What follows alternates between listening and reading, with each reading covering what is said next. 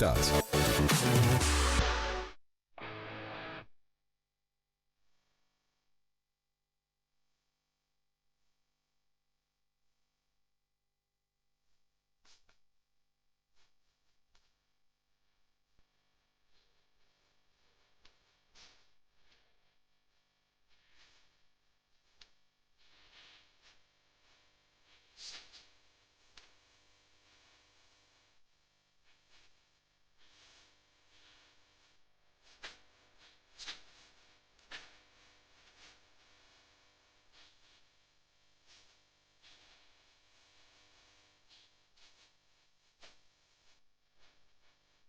De nuevo en el aire del 99.1 del dial y a través de nuestro canal de YouTube, queridos amigos, agradeciéndole a toda la gente que está del otro lado, que hace saber, está pendiente de lo que decimos. Nos visita una persona que desde hace rato tengo ganas de entrevistar, tengo que reconocerlo. Cuando hicimos los esfuerzos necesarios no logramos coincidir y en este caso es como que directamente llegaron y me dijeron, che, está esta persona en la ciudad y la verdad teníamos ganas de hablar con él. Hablamos de Gustavo Córdoba, aparte del equipo, lo voy a plantear de esta manera porque hay todo un equipo que labura, incluso tengo la suerte de conocer a parte de la gente que labura con él. Es la persona encargada, por supuesto, de Suban Córdoba, pero en este caso lo decimos parte del equipo también. No sé si te gusta decirlo así. Bienvenido, Gustavo, en principio. No, ¿qué tal, Emi? ¿Qué tal, equipo? La verdad, feliz de estar en Río Grande, de estar con ustedes. Y somos un equipo grande, somos unos 20, así que claramente sí, con muchos talentos, mucho talento joven, mucho talento creativo, con miradas. Por ejemplo, tenemos uno que es un crack que inventó el domingo de datos. El domingo de datos. ¿No? Que hoy en los medios nacionales y en el periodismo especializado es una herramienta de análisis. Digo, nos toman como fuente de referencia en un montón de cuestiones, ¿no? Y eso, bueno, fue una idea de alguien. Otra cosa que hicimos nosotros, adaptándonos hace más de 10 años al formato vertical de los celulares, nuestros informes son todos verticales. Es cierto.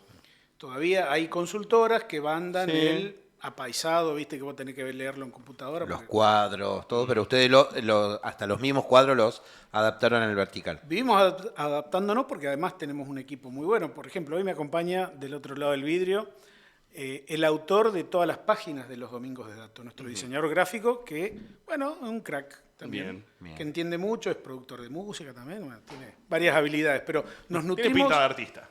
Nos nutrimos mucho de la creatividad y del momento tecnológico, ¿no? Porque una de las críticas que nosotros le hacemos hoy a la política es que no entiende de qué va esto del algoritmo, ¿no? De que no entiende de qué va esto de los contenidos digitales. Bueno, nosotros no podemos no estar en esa discusión, a pesar de que yo me reconozco parte de una generación. Imagínense, yo cuando me formaba, no solamente no había internet, no había medios, no había nada, televisión en blanco y negro, ¿no?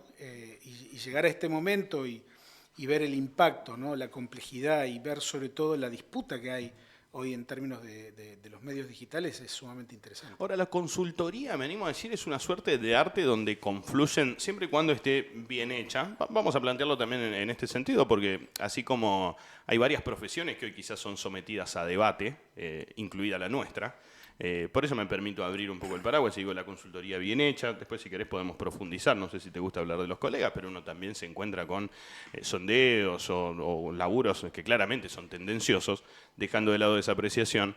Si está bien hecha, supongo que es un arte donde confluyen muchísimas aristas. Hablabas recién de algoritmos, intentar mecanizar el pensamiento humano y trasladarlo a datos, intentar entender la psicología que hay detrás de las personas, cuáles son sus verdaderas preocupaciones. Mira, más que arte yo te diría hay mucha ciencia. Hay una parte de la consultoría, coincido con vos, no todos los que hacen consultoría son consultores. Bien. ¿Por qué? Porque es difícil, por ahí en términos profesionales, salirnos de una lógica que está instalada en los medios. Los medios tienen que vender publicidad, tienen que vender impacto, tienen que vender titulares. Sí. El engagement, el clickbait, los medios están obligados permanentemente a tirar sin desarrollar demasiado. Ese no es nuestro negocio. Nuestro negocio va por otro lado. Yo les diría, en un año electoral normal hacemos 300 encuestas, más o menos. Sí. A veces más, a veces menos. Casi una por día. ¿Cuántas llegan a la difusión? ¿Cuántas llegan a los medios de comunicación? 15. Bien. Entonces, ¿dónde está nuestro métier, dónde está nuestro trabajo? En darle herramientas a quienes nos contratan de análisis para entender el contexto en el cual la sociedad va a votar o el contexto en el cual la sociedad valora las políticas de un gobierno o de un determinado grupo de dirigentes en determinado momento. Bien. Son Ahora, fotos. el ser humano, a la vez que es complejo, hay quienes sostienen que en realidad somos bastante más básicos de lo que creemos. Hay una entrevista que le realizan a Pergolini que me gusta y mucho, que le preguntan a ver si el celular realmente nos escucha. Y dicen, la verdad, a mí no me consta que nos escuchen, el problema es que somos bastante más básicos de lo que creemos. Sí. Hablaste de algoritmos y justamente tu laburo tiene que ver con medir lo que piensa la gente. ¿Somos, a la hora de las conclusiones, a la hora de evaluar justamente lo que encontrás en las encuestas, somos más simples de lo que creemos? Por supuesto ponderamos el libre albedrío y todo, pero en definitiva somos bastante más sencillos. Mira, hay hoy, cuando irrumpió Internet, ustedes no habían nacido, o capaz que eran muy chicos, la creencia que había en ese momento es que era muy bueno porque venía a democratizar, íbamos a ser todos buenos, positivos. Y la verdad que no es así. Hoy vemos el tecnofeudalismo que se ha instalado como una cuestión central, que están matando las democracias porque no es negocio para ellos. La tiranía del algoritmo, digo, lo estamos viendo con este que vino Peter Thiel a la Argentina, ¿no? Que prácticamente es el nuevo Führer a nivel mundial. Yo lo que creo que ahí hay un punto de inflexión. Los argentinos, si nos tomamos como un todo, no consumimos noticias de la misma manera. Y esto es determinante para la reproducción posterior de la conducta política electoral. Bien. Y la opinión. Los menores de 35 años se informan casi de manera exclusiva en los formatos verticales. Bien. Leen títulos en el scroll, leen títulos. Cuando encuentran algo que les interesa, más de 2 segundos, ¡tac! Entran. Ahora, ¿qué significa eso? Esa es la famosa posverdad, ratificar quizás lo que uno ya trae consigo. Yo te garantizo que agarramos a pibes de entre 20 y 30 años y están enterados de todo lo que pasa en el mundo. Ahora les pedís que amplíen un poquitito y ahí ¿no? Ya no se lee. Ahora, ¿qué contenido se profundiza? Bueno. ¿El que uno considera interesante o el que ratifica lo que traigo? No, el sesgo de confirmación es muy potente. Ahí ya no importa si vos tenés razón o si lo que vos decís es verdad o no. Si lo que se dice en las redes pasa cerca de lo que es tu creencia, la validás. Ahí voy. La validás. Por eso es tan potente el WhatsApp. Por eso es tan potente las herramientas digitales y la construcción de fake news para darle sentido y hacer campañas políticas negativas. Hoy, a ver, las campañas electorales murieron, muchachos. Las campañas electorales se han transformado en eventos solo de campañas negativas. No hay ninguna chance que la gente te dé bolilla por, ay, mirá, nosotros vamos a hacer 2 calles, no va más. O sea, todo es apuntar a diferenciarse, al defecto del contrincante. Al contraste puro, duro, directo. ¿Por qué? Porque hay un voto identitario que se lleva una parte del voto, hay un voto clasista que también se lleva otra parte, hay un voto partidario que se lleva otra parte, queda un resquicio muy chico de un grupo de votantes al cual lo someten al bombardeo constante. Por eso la moderación en un contexto electoral no funca, no sirve, no determina. Ahora, al momento de gobernar, los moderados dan gobernabilidad. ¿Ese es el famoso no sabe, no contesta? No. ¿Sabes qué? Yo tengo más de 35 años, ¿no? Esta semana mirábamos una encuesta realizada por Subán Córdoba y un poco bromeábamos con el no sabe, no contesta. A ver, ¿qué persona? Es muy difícil encontrarte. No sé si han laburado esto, pero el argentino medio que opina de todo. Es muy difícil. No sé si alguna vez me encontré con un argentino en una mesa. Claro, porque además de última, si fuese presencial, vos decís, se puede hacer el boludo, se puede hacer el distraído. Pero después, no sé si tengo una persona que conozca que le haya preguntado algo y me dijo, no, ¿sabe que no sé? Mira, ¿Quién es el que dice no sé? No? El no sé, por lo general, nosotros en los estudios eliminamos el regular, ¿no? Por una cuestión técnica. Somos una encuestadora de opinión, no de no opinión. Claro. El regular vendría a ser una no opinión. El no sabe, no contesta también podría ser clasificado como una no opinión. En general es un refugio de aquel que no quiere jugarse. Pero después, ¿cómo le sacamos la ficha? Con otras preguntas, en donde cruzamos los datos y nos damos cuenta que ese no sabe, votó a Milei y que valora negativamente la política actual de Milei. Entonces tenés herramientas a mano en el cruce de variables para saber qué perfil tiene ese no sabe, no contesta. O sea, cuando ya comienza a responder todo el cuestionario con dudas. Exacto. Bien. Exacto. Sí, sí. Es muy interesante. Yo les digo, creo que las encuestas se van a seguir haciendo a pesar de toda la parafernalia del Big Data y las bases de datos relacionadas, enriquecidas, etcétera. ¿Cuánto chanta con el Big Data? Sí, hay un big humo por ahí. Sí. Y para la gente que no está del otro lado, ¿qué carajo? Mirá que me lo han explicado un montón de veces y no me considero una luz, pero tampoco un boludo. Y la verdad es que me lo explican. He tenido varios que vienen y me vienen a vender el Big Data y a mí me da humo, en muchos casos. Entiendo que debe ser una herramienta más. Es una herramienta. La clave está en cómo la utilizás y quien la maneja te tiene que abrir los datos. Te tiene que decir, mira, enviamos 10.000 mensajes y obtuvimos 500 respuestas.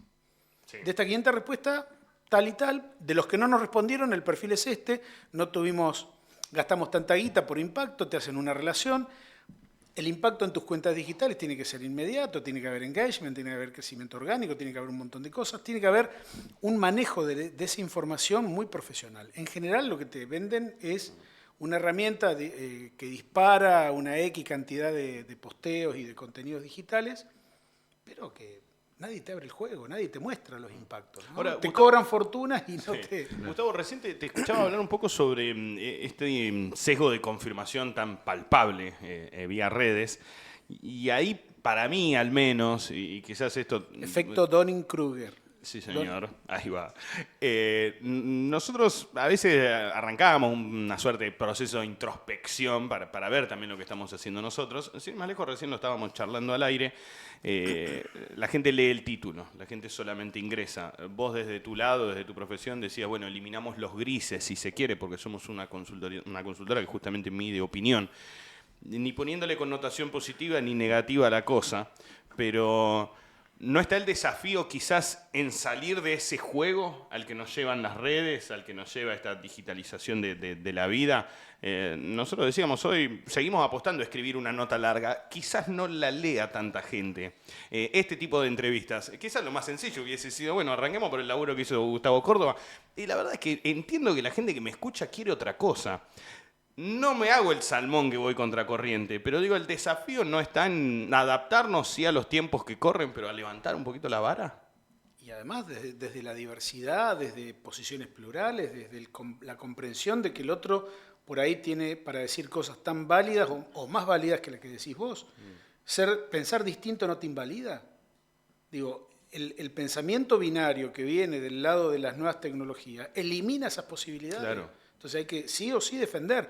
Mira, hay distintos intentos en el mundo de regular y normar el tema de la actividad en redes sociales. Yo te diría, hasta acá lo que se conoce, Australia y otros países no han sido muy positivas las restricciones o las prohibiciones a los menores de edad para acceder a redes.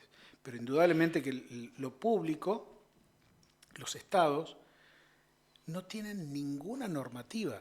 Es decir, vos tenés tu chico en tu casa y creés que está tranquilo porque no sale a la calle, viste los malandras de los amigos, bla, y resulta ser que el pibe en las redes sociales hace cosas peores que las que podría hacer en la calle. Claro. ¿No? ¿Y quién controla eso? ¿Quién accede? Las redes sociales es siga, no te ponen un freno, porque el negocio de ellos es monetizar la intolerancia, monetizar el discurso de odio. ¿Saben lo que viene ahora? ¿Qué viene? Les recomiendo un artículo de mi compañera Paola Suban, Manósfera, que escribió en el diario Perfil hace 2 o 3 días, donde habla de movimientos que se están dando en el mundo, en la extrema derecha, varonil. Sí. En la Argentina la crisis económica demoró la instalación de este debate, pero en Estados Unidos ya lo están haciendo. ¿Saben qué están postulando los niños de la extrema derecha a nivel mundial? La exclusión electoral de las minorías. Sí.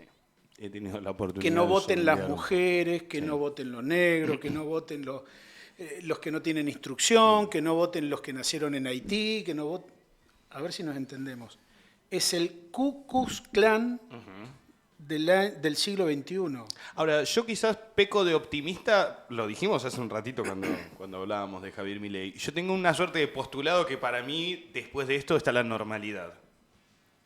Considero y veo la historia como una suerte de registro cíclico, donde no hay más allá de esto, indudablemente hay más.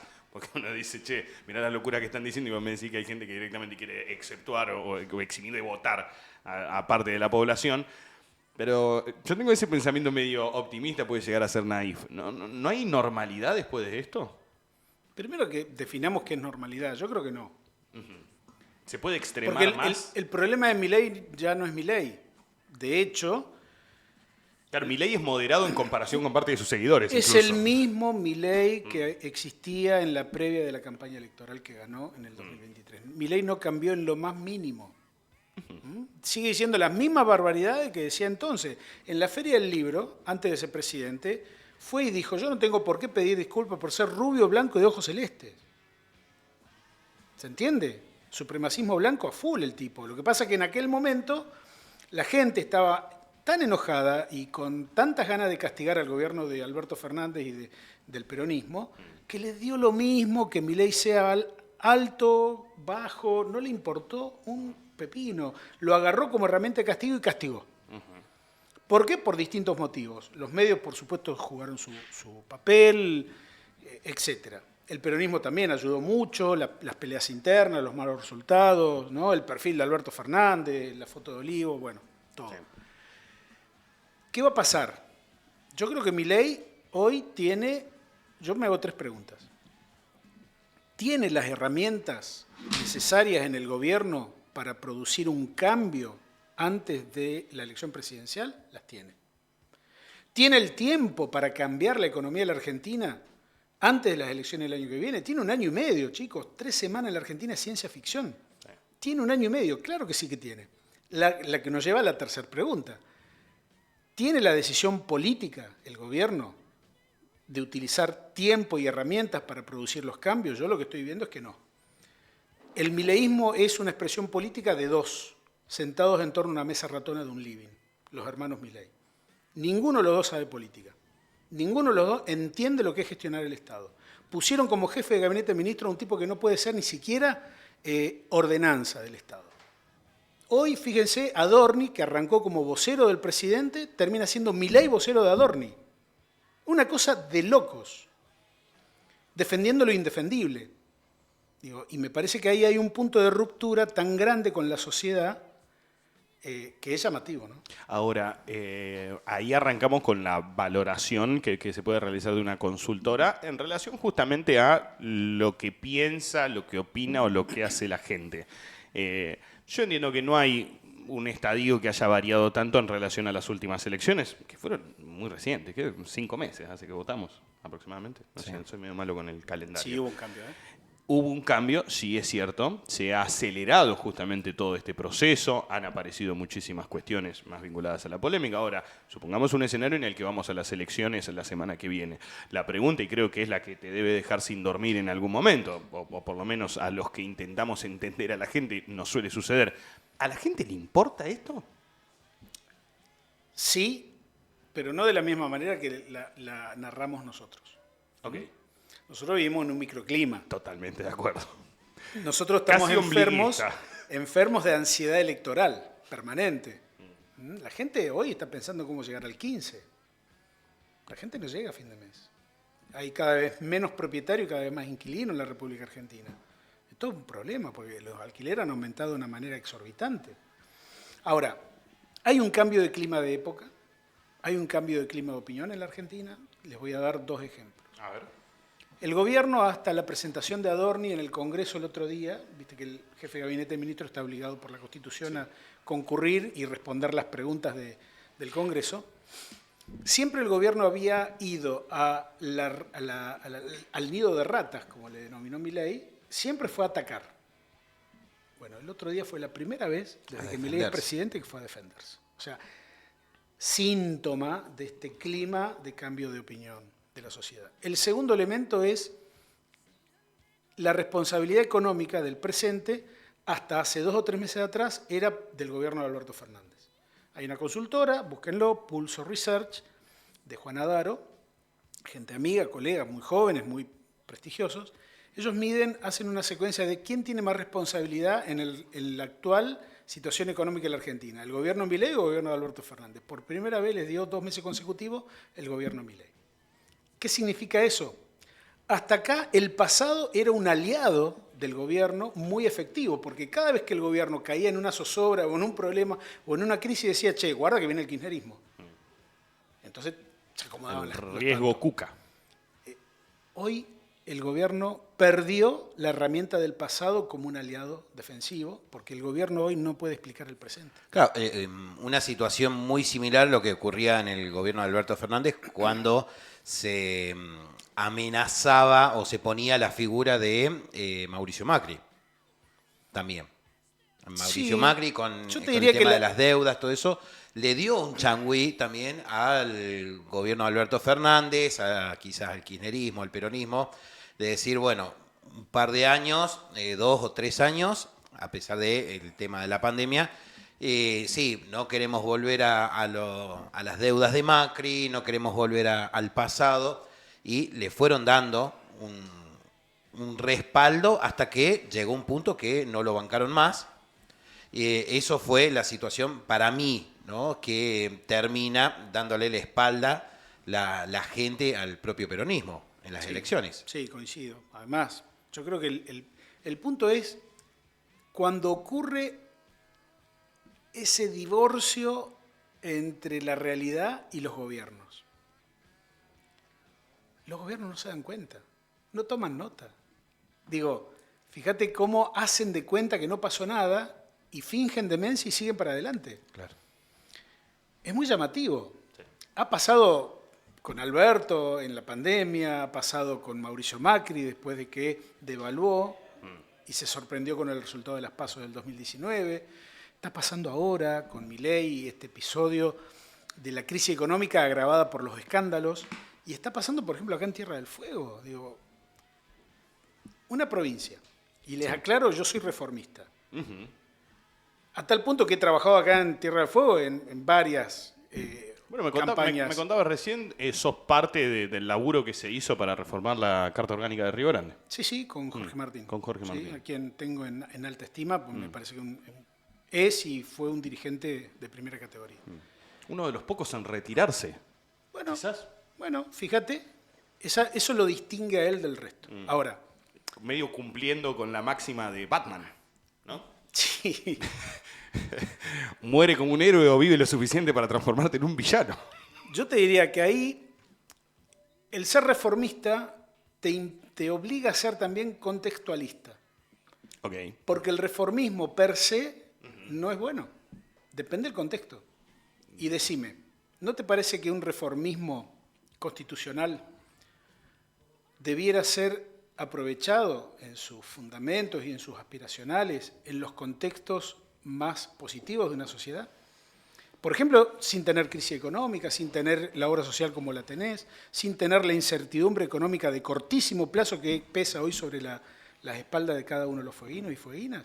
Y pasa que ahí entras en un terreno más de tipo de valoración subjetiva de cada quien. La crisis para algunos existirá, para otros no existirá. Yo no creo que sea mensurable en ese caso. No tenemos un crisómetro más allá de los índices. Pero hay un punto. Y vos te fijas, si tenemos la división, el Ejecutivo lo proclamó, el Legislativo lo aprobó, el Judicial se le dio el visto bueno.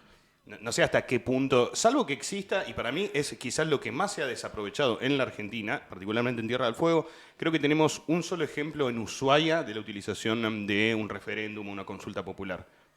Quizás a través de una consulta popular yo podría decir, porque a mí me hincha las pelotas, ¿viste? No, la gente no quiere esto, la gente no quiere lo otro. Mirá. Y depende, el gentómetro depende de quién le preguntes. Dos cosas. Si hiciésemos una consulta popular, quizás podríamos develar esta duda. No. Los mecanismos son otros, pero al margen de eso. ¿Cuáles serían los mecanismos? Atenerse a la ley, al cumplimiento de la ley. La pregunta del millón, ¿el gobierno provincial puede vetar la ley de la legislatura de la semana pasada? Depende a quién le pregunte, me dicen que sí o me dicen que no. Bueno, la justicia va a tener la palabra en última instancia. Bien. Ahora, déjame decirte lo siguiente. Cuando esto escale a nivel nacional. Sí, si se lleva a la Corte, como algunos suponen, sí. La Corte, te cuento, y les cuento a todos, es de dominio público, esto que les voy a contar, no es un invento mío, tiene una jurisprudencia muy poco amable con las reelecciones y con las reformas constitucionales provinciales. Alberto Bretilnec tuvo que hacer caer su candidatura a gobernador porque la Corte Suprema no le aprobó. Sí. Sergio Casas en La Rioja le pasó exactamente lo mismo. Juan Mansur en Tucumán le pasó exactamente lo mismo. Sergio Uñac, el día de la elección, el día previo la lunaron la elección de gobernador. Bueno, hoy lo hablábamos con una persona, un amigo, que Walter Boto se le permitió jugar en esa elección, en la última, y automáticamente después todos los reclamos fueron... El punto es, no son en el derecho público provincial, en el derecho constitucional, no tienen el mismo rango los municipios que las provincias. No, claro. Son, te diría, de naturaleza jurídica diferentes, Sí. ¿no? Con distintas complejidades. Lo que sí yo te advierto es lo siguiente. Los gobiernos en general, y esto los supremos nacionales lo saben, hacen el eufemismo de las reformas provinciales, de las constituciones provinciales, solamente para las reelecciones. Le ponen un montón de adornos como árbol de Navidad y avanzan en esa dirección. ¿Qué es lo que está pasando hoy? Yo te diría, yo tuve un profe de Derecho Constitucional muy capo, Alfredo Muney, ya fallecido. El hijo anduvo haciendo encuestas con nosotros hace un montón de años acá. ¿Sabes qué decía Muney? El problema de la Argentina no es la Constitución. Somos los que no cumplimos la Constitución. Entonces, más que reformarla, Habría que cumplirla. hay que cumplirla. Lo dijo Nené ¿Por qué? el otro día, sí. Porque cada vez que no funciona algo, decimos hay que reformarla. Pero no funciona porque no la cumplimos. No es que no funciona porque las disposiciones de la Constitución están equivocadas. Mira, pero ¿por qué te doy haces un la ejemplo. diferencia? Pero me quedo con esto que decía. ¿Por qué haces la diferenciación entre el espíritu que proclaman los municipios y las provincias a la hora de reformar? Vamos a las dos reformas últimas de los municipios, Ushuaia y Río Grande. En los dos casos, puedo suponer lo mismo que vos, que se vistió el árbol de Navidad cuando lo único que se pretendía es ser reelecto. Walter Boto, después de reformar la Carta Orgánica, intentó ser reelecto y lo fue. Sí. Jorge Martín se modificó la Carta Orgánica y fue reelecto. ¿Cuál sería la diferencia entre los municipios y el gobierno? El orden y la jerarquía constitucional. Pero digo, La en de los términos de municipios espíritu. es de menor, porque los municipios están en la función de la vereda, el cordón cuneta. No, pero vos recién nos decías que las provincias visten el árbol de Navidad y los municipios para proclamar la reforma. Digo, ¿cuál es la diferencia? De jerarquía constitucional. Es una cuestión técnica. No lo entiendo. Bueno, No, el gobernador tiene mucho más peso que un intendente, tiene mucho más recursos que un intendente, tiene una complejidad institucional mucho mayor que un intendente. Pero eso no es menospreciar quizá los municipios. Yo voy al espíritu de lo Puede que... ser. Yo voy al espíritu Puede ser. de lo que que pasa hacen. es que lo que se juega en términos provinciales, olvídate Tierra del Fuego, lo que se juega es mucho mayor en complejidad y en poder. Por eso la cantidad de controles y de retenes y de juegos de equilibrio son también mucho mayores. Se le presta mucho más atención. En la Argentina yo te diría, mira, hay provincias que son pródigas en el municipalismo. Córdoba, por ejemplo. Sí. Córdoba tiene 429 entes comunales y o municipales. 429. Sí, una locura. Una locura. Es económico, muchos deberían juntarse. Sí, En la porque mayoría tenés de ellos dos hay reelección cuadras, indefinida. tenés un En la pueblo. mayoría de ellos hay reelección indefinida y en otros no. Algunos tienen carta orgánica, otros no. ¿Sí? Yo lo que creo es que más allá de que pueda haber alguna licencia para algún intendente en temas de reelección, lo que a mí me gustaría es que la autonomía municipal sea moneda corriente en la mayoría de los municipios de la Argentina, cosa que todavía no está hecha. Ahora bien, a nivel provincial yo creo que hay ejemplos. Yo te voy a decir Mendoza. ¿Vos sabés si Mendoza tiene reelección o no? No lo sé. Bueno, no tiene reelección. ¿Sabés de cuándo es la ¿No Constitución? tiene reelección ni siquiera de uno? Un mandato, Un mandato. a secas. Bien. ¿Y después podés volver? No, ¿Después no un podés mandato. volver? Bueno, Ah, sí, no podés volver, porque Cornejo pudo volver. sí podés volver. Pero escucha esto. ¿Sabés de qué año fue la última reforma constitucional en Mendoza? 1916. Mirá. No es que no había internet, no había televisión, no había nada. ¿A dónde voy? Me parece que los argumentos trabajados de apuro, así, entre gallo y medianoche, sin debate, con poco consenso, terminan mal. El contexto actual de la Argentina y de la provincia de Tierra del Fuego no es el mejor. Me parece que siempre hay momentos de replanteo, siempre hay momentos de rebobinar y decir, bueno, a ver, repensemos esta jugada, porque lo técnico judicial es inentendible para la gran mayoría de nosotros. Totalmente. ¿No? Y vamos a entrar en ese terreno. ¿Y sabes qué pasa cuando la política judicializa los problemas que no sabe resolver? Te los resuelven en contra. Es así de simple. La jurisprudencia, porque hay que hablar en esos términos. Yo no soy abogado, pero tiene que resolver sus problemas está. dentro del ámbito político. Esa es. Nosotros cuestionábamos el otro día esta para mí, pantomima que se realice, llevar la ley de goteo, llevamos no sé cuántos miles de trabajadores a la legislatura y si no lo vamos a llevar al Poder Judicial. Loco, hay que cada uno resolverlo tira desde agua lo para su molino, ¿no? Ahora, déjame decirte esto. Yo entiendo a Melella. Yo lo entiendo. Él quiere conservar poder hasta el último día posible. Él siente que ya está al final de su mandato, está en el último momento, digamos, de su carrera política como gobernador y trata de conservar los resortes del poder. Eligió este camino, para mí equivocado. Ahora bien, lo hace además en un contexto, y acá sí te apelo a los datos, Sí. nosotros desde que estoy trabajando los últimos 2 años, lo primero que hice fue medir la reelección de Melella. Sin la presión de la coyuntura. El mismo nivel de rechazo que tiene hoy. Es decir, no se ha modificado prácticamente en lo más mínimo. En Tierra del Fuego tiene 70% rechazo la reforma de la Constitución y 75% rechazo la reelección de Melella. Pero ¿por qué se mide la reelección si nunca dijo que iba a ser reelecto? Es como Goebbels el otro día que dijo que no era agente de la CIA. No hace falta que lo digan. Un gobernador que quiere reformar su constitución no lo hace por la modernización, por la actualización, porque fue hecha en la época de que no había internet. Lo hace porque quiere ser reelecto, porque quiere conservar la posibilidad de ganar una elección. Porque si no se transforma en Pato Rengo, automáticamente. Yo entiendo eso porque los antecedentes así lo convalidan. Vuelvo al ejemplo de Walter Bottom. Modificó la reforma y se candidateó para hacer. O sea, propuso modificar la Pero Carta Orgánica. desde mi punto de lo vista, intentó hacer. Entonces los o Jorge Martín. pero es incomparable lo del municipio a una provincia. Pero en digo, términos de los jerarquía, ¿no? antecedentes indican que cuando querés reformar, vas por la reelección. Me mato los 2 ejemplos que tenemos en Tierra del Fuego, más allá de que sean municipios. Si eso fuera una realidad, vamos Sí. a suponer que a pesar de todo lo que yo te dije, se vota en agosto, yo creo que no se va a votar, pero ponele que se vote, ganan los libertarios, por amplio margen. La elección del año pasado de octubre, Sí. viste que esa elección hubo algunos, sobre todo de acá, de Río Grande, que dijeron que era una primaria, una Sí. interna abierta de gobernador, Sí. y después no se hicieron cargo del resultado. Bueno, más allá de eso, que eso es una ironía, Sí, o los libertarios que dijeron que era una interna peronista. claro, bueno, yo te digo, los libertarios van a sacar 40 puntos, o un poco más.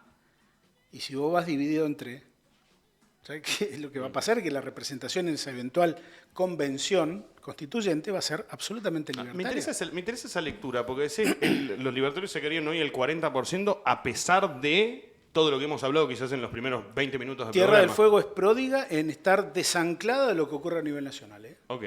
Siempre. En los últimos tiempos, Bien. gobierno de signo A, acá tenés B. Cuando a nivel nacional tenés B, acá tenés A. Bien. Es fantástico eso. Nos atamos de eso para ir a un punto que la verdad me resulta muy interesante. Tierra del Fuego ha comenzado a tener los mismos problemas que el resto del país. Desde hace tiempo, soy medio fan de las encuestas, y uno siempre apreciaba que las problemáticas de Tierra del Fuego nada tenían que ver con las nacionales. No sé, a nivel nacional se buscaba laburo, y quizás acá el laburo no había escaseado, entonces nos permitíamos apuntar a la educación, a mejorar el sistema público de sanidad. Hoy cuando uno mide las problemáticas y lo que le afecta al vecino, estamos todos bastante igual. Mira, voy a quedar como un viejo de otra época. A ver. Hice encuesta para Manfredotti. El Manfred. Vaya. ¿Sabés qué me pidieron medir? Preguntarle a los fueguinos si querían una reducción del 13% de sus sueldos o echar a 2.000 empleados. Pidieron ¿Qué echar. votó la gente? Echar a 2.000 empleados. Echarte a vos, no a mí. Claro.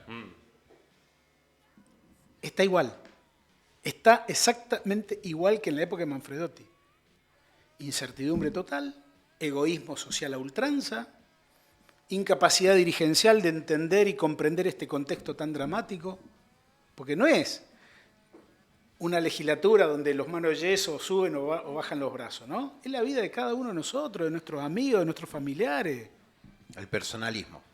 Pero escúchame, el futuro es el día a día de un montón de gente que tiene que pensar qué va a hacer de su vida mañana que no tiene para pagar el gas por la quita de subsidio. Digo, vos querés gastarte 8.000 palos en una reelección, en una reforma constitucional, mandalo 8.000 palos a la obra social y dale un alivio, dale un respiro de por lo menos 20 días, 30 días.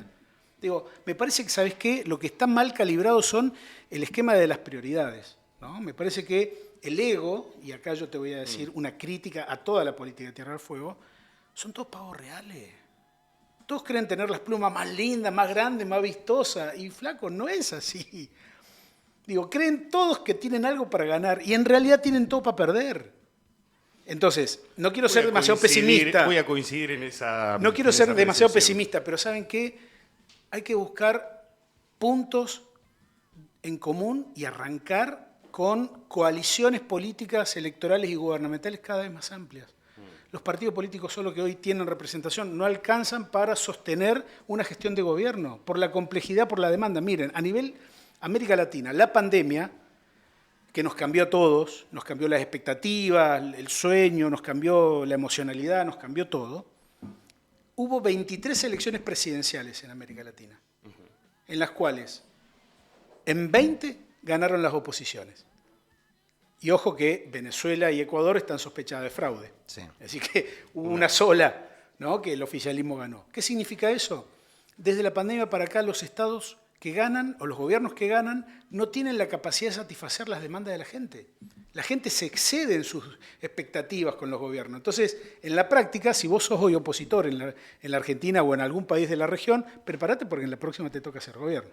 Ahora, el otro dato, sí, para complementar, en 19 de las 23 ganaron nuevos partidos políticos o nuevas coaliciones, dejando atrás viejas formaciones o las formaciones más tradicionales de la política. Eso también es una señal muy fuerte.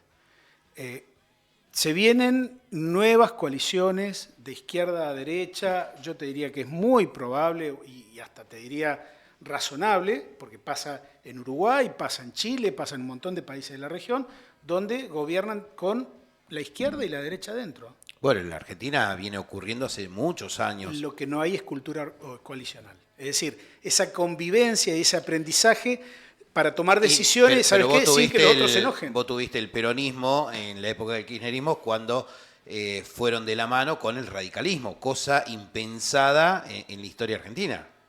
Claro, con Cobos. Exactamente, vos tenías un vicepresidente radical. Es como que había una cultura más de coalición en un momento. Y medio como que ahora se perdió. Bueno, Mauricio Macri lo intentó con Pichetto. Claro. Javier Milei no, ya ahí pero no. una coalición es mucho más que un par de Sí, nombres, sí, ¿no? totalmente. Digo, totalmente. Es una, ¿sabés qué? Es una cultura de cómo tomás las decisiones en el Estado. Sobre todo las decisiones estratégicas. Es que creo, a ver, y acá ayúdame a pensar, entiendo que debe ser más sencillo hoy por hoy generar una coalición cuando los extremos están tan abiertos. Hoy mi viejo, que hasta hace unos años era... Mira, vamos, no, lo voy a sacar a mi viejo porque después me putea porque todos los días lo pongo de ejemplo. Te va a quemar el asado el domingo. Pablo Blanco, el viernes, mañana va a ser un asado al gordo. Pablo Blanco, no va a ir. Pablo Blanco hoy es progresista. Vos entrevistás hoy a Pablo Blanco y es progre. Sí. O sea, está a punto de sacar un pañuelo verde Pablo Blanco. Y hasta hace 5 años era un gorila. Lo quiero un montón a Pablo, aprovecho y le mando un abrazo grande porque nos mira. Pero vos lo sentás y la verdad tiene más coincidencias con un pibe del Partido Obrero que con un chabón que milita dentro de la Libertad Avanza. Los extremos se han exacerbado tanto Eso sabes que hoy entran los de la derecha y la izquierda juntos. Cambió el contexto. Es mucho más relevante el cambio de contexto y entender eso que el pronóstico electoral. Yo te diría, presten atención cada vez más a lo contextual, porque es jerárquico. La política cree que puede cambiar el contexto. Yo lo explico de esta manera. La política, no importa el lugar del país, cree que puede salir a la calle y hacer que llueva y llueve.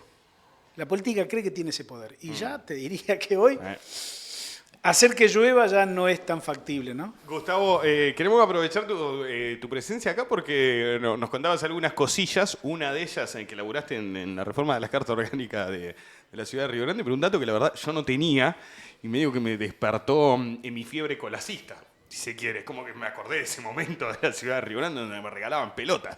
¿Creaste a Washi? Sí, lo hicimos para la gestión de Jorge Martín. La verdad que ellos tenían en el diagnóstico que habíamos hecho de comunicación bastantes problemas en términos de identificar quiénes eran los referentes sociales, culturales, deportivos de la ciudad. Bueno, deportivo no hacía falta irse muy lejos, entre Guata Navarro y Cachirilo Yarzún. Bueno, Sí.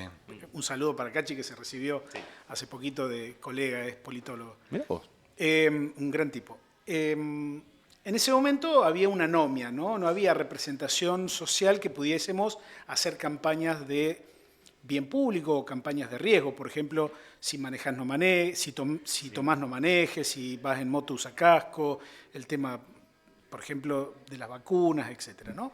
O campañas de tránsito. Entonces, en el diagnóstico surgió la posibilidad de encontrar un elemento presente en Tierra del Fuego y fuimos al Zorro Colorado, que si bien, mira, anoche cuando estaba llegando a la ciudad, a la 1 de la mañana, se me apareció un zorro. Porque yo rápidamente, está bueno que te atajes, porque rápidamente te iba a decir, si hay algo que no veo en Río Grande son zorros colorados. No, había zorros grises. El zorro colorado se lo introdujo en un momento determinado y ya no hay prácticamente ningún ejemplar. Pero anoche, fíjate vos, se me apareció un zorro y 2 veces se me apareció, como dándome la bienvenida, ¿no? Fue muy fuerte eso. Y la verdad es que ese zorrito, Washi, que tuvo el desarrollo de una de las mejores creativas de la Argentina de gestión, que es Marisa Edo, que es un tanque, hoy trabaja detrás de las líneas, en el caso nuestro, no trabaja con nosotros, pero en aquel momento sí, excelente, desarrolló este concepto, esta idea, hicimos 2 muñecos, lo hicimos hacer en Córdoba, grandes, y empezamos a hacer pruebas y el impacto fue total, fue ultra positivo. De hecho, yo creo que los que eran niños en aquella época o niñas, hoy le tirás Washi y el recuerdo no es negativo, porque el rol que le hicimos cumplir es el de emitir con algún tipo de credibilidad algún mensaje para el cual la sociedad estaba predispuesta, pero no encontraba ninguna figura de autoridad que se lo transmita, ¿no? ¿Cuántos años duró Washi? Creo que 3. ¿3 años? Ahora me quedo pensando en el impacto que tuvo en el imaginario colectivo. Yo recuerdo prácticamente, fíjate que mirá lo que te digo, que creo que es lo piola de la infancia, cómo trasciende quizás las fronteras técnicas. Yo te decía la fiebre colasista, mirá cómo vinculo Washi, Martín, la pelota gratis. Digo, es un momento de la infancia seguramente bastante más feliz que el que uno porta ahora a esta edad, pero el impacto de Washi, yo me animo a decir que a todos los pibes de mi edad vos le hablás de Washi y se acuerdan. Sí, me consta porque yo tengo familiares acá en Río Grande, tengo un montón de amigos. Y sé que efectivamente, más allá de la anécdota puntual de Río Grande, el trabajo comunicacional profesional funciona. Funciona. Esto no es una cuestión No un chivo, no un autochivo. De hacer así, ¿viste? Sí, y ver, totalmente. No, es trabajo profesional, es método, involucrar a tipos que saben, que la saben lunga, que han estudiado, que se han especializado y que ponen su conocimiento en función de este tipo de proyectos, que te diría es algo muy emocionante. Pues lo hicimos, mira, hoy estamos trabajando en 12 provincias. Y la verdad que es muy gratificante conocer las idiosincrasias, conocer los detalles de cada uno de los lugares, las dirigencias tan distintas, con tantos dialectos y tanta fonética distinta, y sin embargo al final del día es saber si comunicaste bien o comunicaste mal, ¿no? Ni más ni menos que eso. Gustavo, gracias por venir. No, al contrario, gracias a ustedes. Gustavo Córdoba es la cabeza y la cara visible de Suban Córdoba, pero parte de este gran equipo de trabajo que cotidianamente nos envía encuestas, en muchos casos que podemos recibir, en otros casos son laburos internos, tal y como lo aclaraba el propio Gustavo, y con este dato curioso del día, el creador de Washi. Después tuvimos a Wani, pero igual tuvo poquito tiempo Wani, lo jubilaron rápido. Pausa breve y volvemos.